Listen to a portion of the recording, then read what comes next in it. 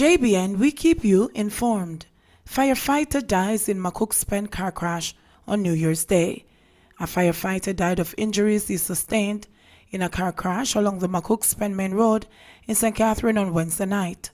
The deceased man has been identified as 34-year-old Sheldon Henry of St. John's Road, St. Catherine.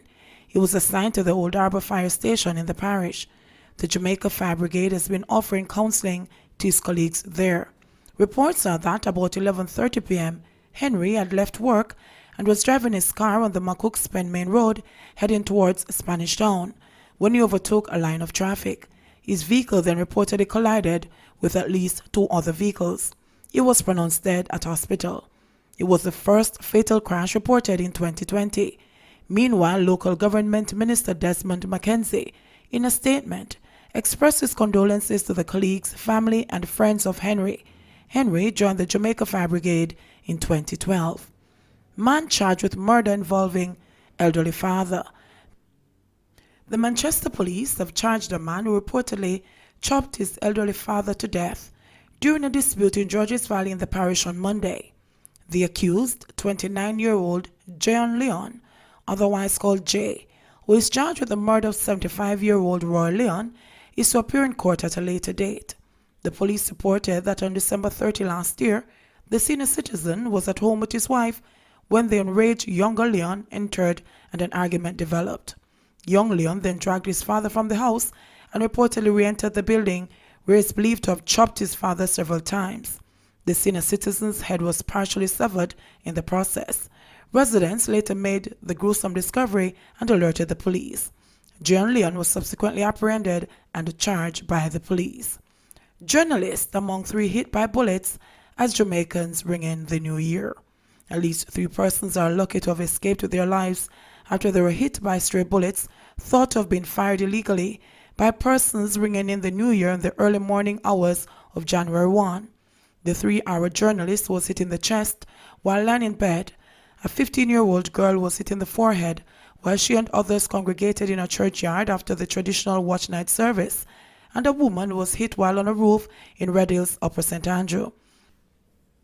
Nationwide News Network reporter William Mitchell took to Twitter to announce that he was struck in the chest by a bullet that pierced his roof. While many were celebrating the new year, I was being treated at hospital after a stray bullet pierced my roof and struck me in the chest, William shared on Twitter. It most likely came from gun salutes. I only received very minor injuries. So, for the new year, let's not be as senseless as last year, Mitchell added while posting what appears to be the word from the bullet. Responding to persons who were expressing their concerns, Mitchell stressed that his injuries were minor. He said there was mostly swelling and soreness. Swelling mostly gone, still a little sore, but I'm counting my blessings, he said. This is crazy. Glad I'm okay, one person tweeted.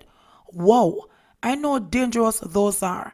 People fail to understand that if it has that much energy when falling to pierce a roof and ceiling tile, it is easy to pierce skull and skin same way, another added.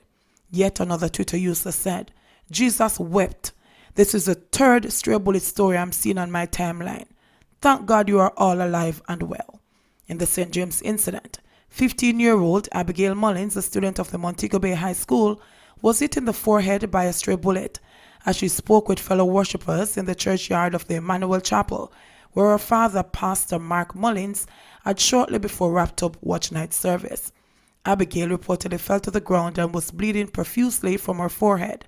She was taken to the Falmouth Hospital in neighboring Trelawney, where she underwent surgery.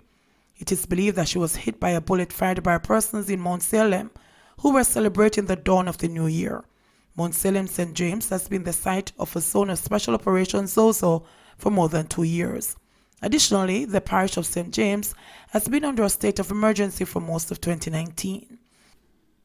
In the 3rd incident, a woman was hit by a bullet while she was on the roof of a Red Hills home to mark the arrival of the new year. The 3 persons were shot and injured, despite warnings issued by both the Jamaica Constabulary Force (JCF) and the Firearm Licensing Authority for persons to desist from the illegal activity. Despite the warnings, illegal gun salutes take place in many communities across Jamaica every year as the new year dawns.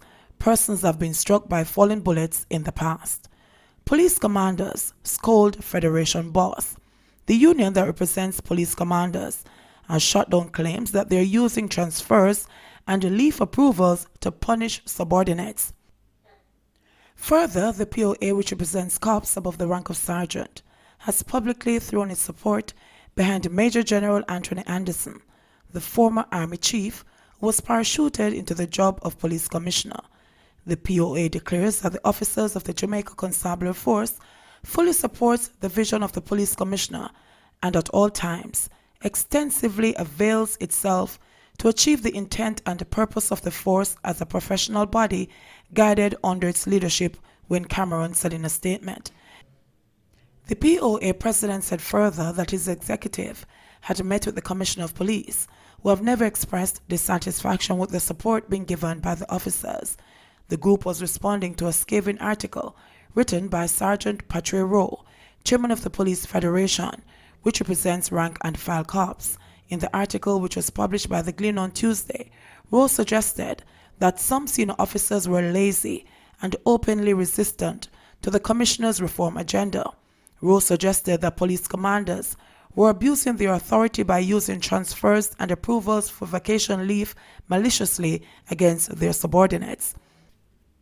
We are unaware of that, President of the Police Officers Association, POA, Superintendent Wayne Cameron, insisted yesterday. Rowe has cited as an example the case of a female cop who resides in St. Elizabeth with her young child. According to the sergeant, the young cop has been transferred from Hanover to Kingston, despite protests that she would not be able to properly care for her child. Cameron declined to discuss the allegations in detail, making it clear that he did not want to engage in a public tit-for-tat with the head of the Police Federation. He described the article as quite unfortunate, even as he acknowledged that the mandate of the Federation is to advocate for its members, especially on issues regarding their welfare. Cameron noted that there are existing mechanisms within the JCF to address the concerns raised by Rowe and scolded the union boss for placing the issues in the public domain. The POA finds the manner in which these issues were raised in the public forum to be unpalatable, the statement said. It is therefore unfortunate that the claims proffered in the article were not brought by the Federation to the attention of the current executive of the POA in an effort to collaboratively address the issues affecting the welfare of the members of the JCF.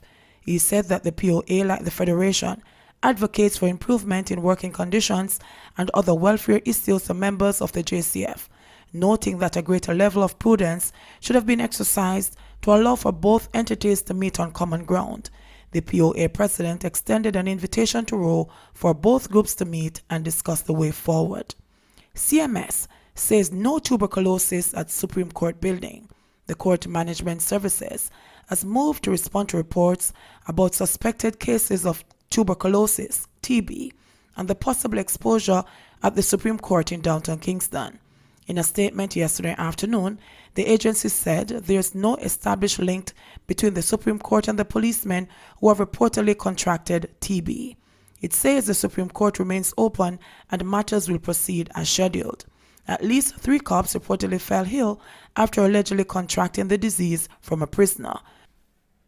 Tuberculosis is a disease caused by a bacteria called Mycobacterium tuberculosis. The bacteria usually attacks the lungs, but it can also damage other parts of the body. TB spreads through the air when a person with the disease coughs, sneezes, or talks. The agency says, as a precautionary measure, public health inspectors were asked to assess the holding area at the Supreme Court and its surroundings. According to the agency, they have indicated that there is no risk of anyone contracting TB by coming onto the Supreme Court building. As a further precaution, a representative from the Kingston and St. Andrew Health Department will today conduct a public health session at the Supreme Court to educate staff about infectious diseases such as TB and to answer any questions they may have on the subject matter. The agency says it is awaiting further communication from the Ministry of Health and Wellness on the matter. JBN, we keep you informed.